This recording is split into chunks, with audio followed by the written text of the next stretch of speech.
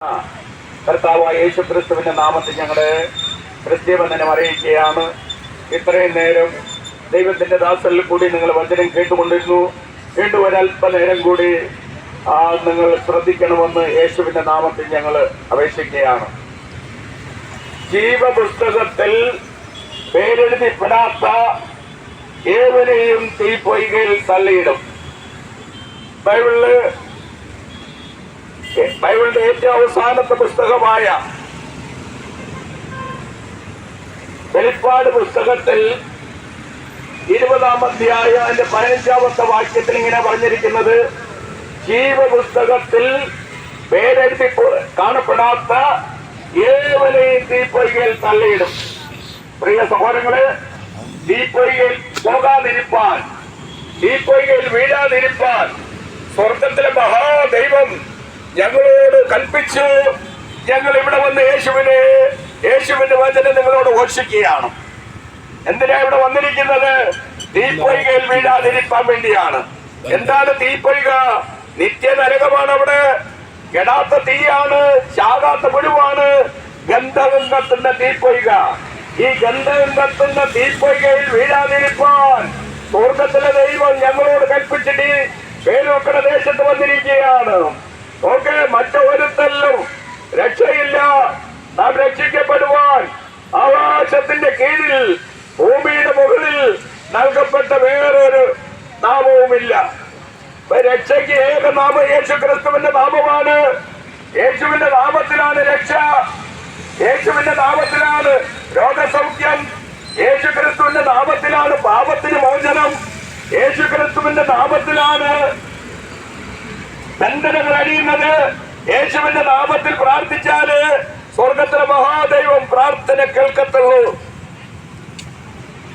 ആ സ്വർഗത്തിലെ ദൈവം പറയാണ്, തീപ്പൊയ്കയിൽ വീഴാതിരിപ്പാൻ ജീവന്റെ പുസ്തകത്തിൽ പേരെഴുതപ്പെടണമെന്ന് ഈ വൈകുന്നേര സമയത്ത് ജീവപുസ്തകത്തിൽ പേരെഴുതപ്പെടുവാൻ ഞങ്ങൾ നിങ്ങളോട് അപേക്ഷിക്കുകയാണ്.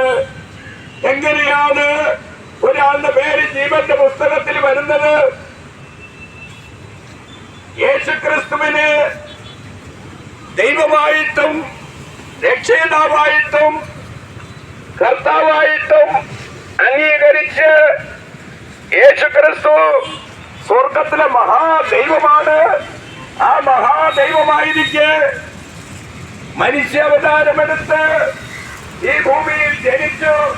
കനികയായ മറിയത്തെ കൂടി ദൈവശക്തിയാൽ, പരിശുദ്ധാത്മാവിന്റെ ശക്തിയാൽ മറിയം ഗർഭം ധരിച്ചു.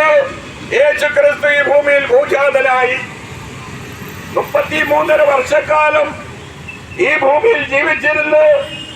സകല മനുഷ്യന്റെ പാപത്തിന്റെ പരിഹാരമായി സകല മനുഷ്യരും പാപം ചെയ്ത് ദൈവതേജസ് നഷ്ടപ്പെട്ടു. ആ പാപം ചെയ്ത മനുഷ്യന് പാപത്തിന് മോചനം കൊടുക്കുവാൻ ഏക മനുഷ്യനാൽ പാപവും പാപത്താൽ മരണവും സകല മനുഷ്യരും ബലത്തിരിക്കുകയാണ്. ആദ്യ മനുഷ്യനായ ആദാം പാപം ചെയ്തു, അനുസരണക്കേട് കാണിച്ചു. ദൈവം ഏതെല്ലാം തോട്ടമുണ്ടാക്കി, തോട്ടത്തിലെ സകല വൃക്ഷങ്ങളെ ഫലം തിന്നാം, എന്നാൽ നന്മതിന്മകളെ കുറിച്ചുള്ള അറിവിന്റെ വൃക്ഷത്തിന്റെ ഫലം തിന്നരുത് എന്ന് ദൈവം മനുഷ്യനോട് കൽപ്പിച്ചു.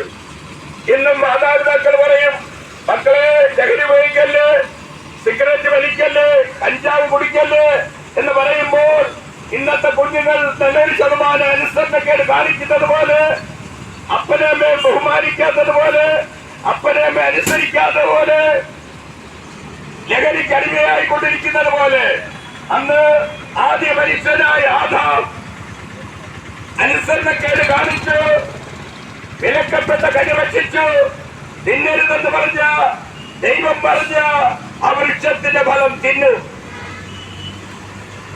നന്മതിന്മകളെ കുറിച്ചുള്ള അറിവിന്റെ വൃക്ഷത്തിന്റെ ഫലം തിന്നരുത്, തിന്നുന്ന നാളിൽ നീ മരിക്കും.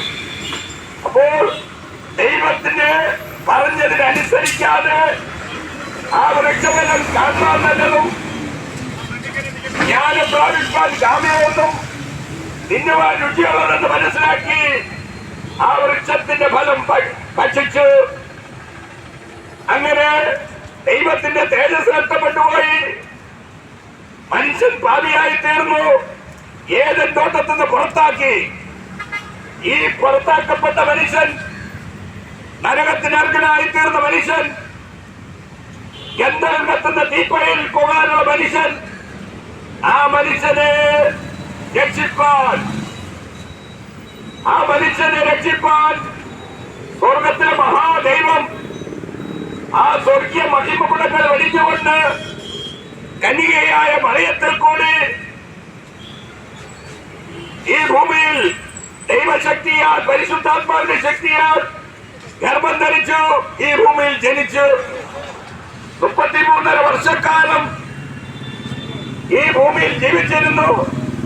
എന്റെ പാപത്തിന് വേണ്ടി ഈ ലോകത്തിലെ സകല മനുഷ്യന്റെ പാപത്തിന്റെ പരിഹാരകനായി 2000 വർഷങ്ങൾക്ക് മുമ്പ് മൂന്നാണികളാൽ ക്രൂശിൽ തറയ്ക്കപ്പെട്ട് മരിച്ചു അടക്കപ്പെട്ട് പാതാളത്തിൽ ഇറങ്ങി മരിച്ചവരുടെ നിന്നും 3-ാം നാൾ ഉയർത്തെഴുന്നേറ്റ് ഇന്നും സ്വർഗത്തിൽ ജീവിക്കുന്ന ദൈവമാണെന്നും ആ യേശു ക്രിസ്തു വീണ്ടും വരും എന്ന് ഹൃദയത്തിൽ വിശ്വസിച്ച് രക്ഷയ്ക്കായി വാമണ്ടേറ്റ് എറിയുമ്പോൾ നിങ്ങൾ യേശുവിനെ രക്ഷിതാവായി സ്വീകരിക്കുക.